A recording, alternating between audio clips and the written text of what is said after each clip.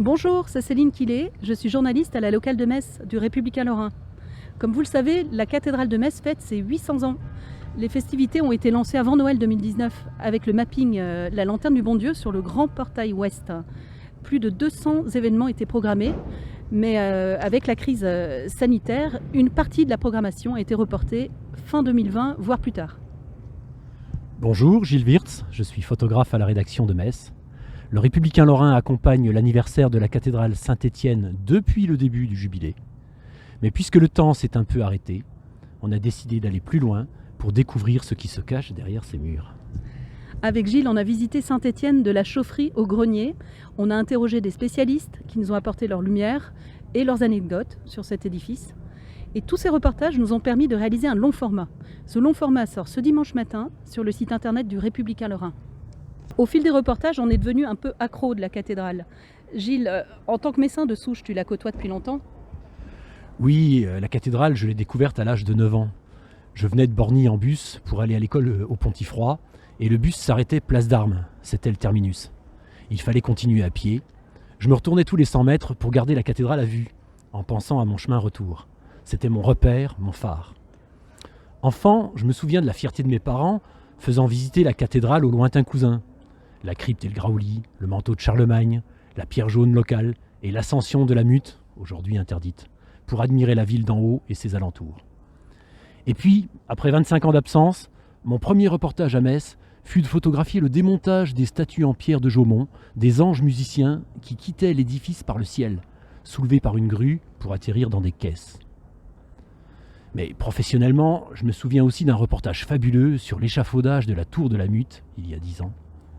À 84 mètres de hauteur, j'ai touché le paratonnerre planté au sommet de la cathédrale. Juste en dessous, la boule de fêtage dorée à la feuille d'or par la restauratrice d'art Anne Dufala. Inoubliable. On la voit briller depuis la 31 à des kilomètres. Et toi, qu'est-ce qui t'attache à la cathédrale ? Elle m'impressionne aussi par son côté imposant. Ces voûtes à 42 mètres de hauteur qui font d'elle la plus haute cathédrale de France, après Beauvais et Amiens. Ces vitraux aussi qui racontent 8 siècles d'histoire. Mais ce qui m'impressionne le plus, c'est justement qu'elle nous est familière. Elle fait partie de nos vies. Quand on habite près d'elle, on est contemporain de l'édifice comme l'a été le fils de Charlemagne, Louis le Pieux, qui s'est fait couronner empereur à Saint-Étienne.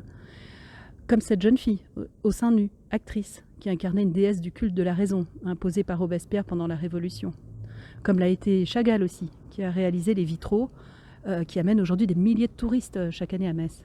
C'est l'architecte des bâtiments de France, le conservateur Guillaume Lefebvre, qui nous a ouvert toutes les portes de la cathédrale. Grâce à lui, on a pu voyager dans le temps et dans l'espace. D'ailleurs, ça n'a pas été simple pour filmer tout ça. Oui, il a fallu demander des autorisations administratives. On a eu accès toute la soirée à la cathédrale pour filmer. L'architecte des bâtiments de France terminait une journée de travail. Pas facile pour lui d'enchaîner toutes les séquences. Pour ma part, je transportais mon appareil photo, la caméra, les trépieds et tout un matériel à monter de la chaufferie jusqu'aux voûtes de la cathédrale, mais aussi sur les coursives étroites du déambulatoire, à travers des petites portes où je restais coincé avec mon sac à dos. Au total, de superbes souvenirs. Imaginez avoir le nez collé aux vitraux bleus et jaunes de Chagall, pouvoir toucher la cloche de la Mute, observer les traces rouges qui racontent encore l'incendie de la Charpente sous Guillaume Ier. On a décidé de vous raconter une partie de ces petites histoires de la grande histoire. On n'a pas fait une étude exhaustive de la cathédrale. Les spécialistes sont là pour ça.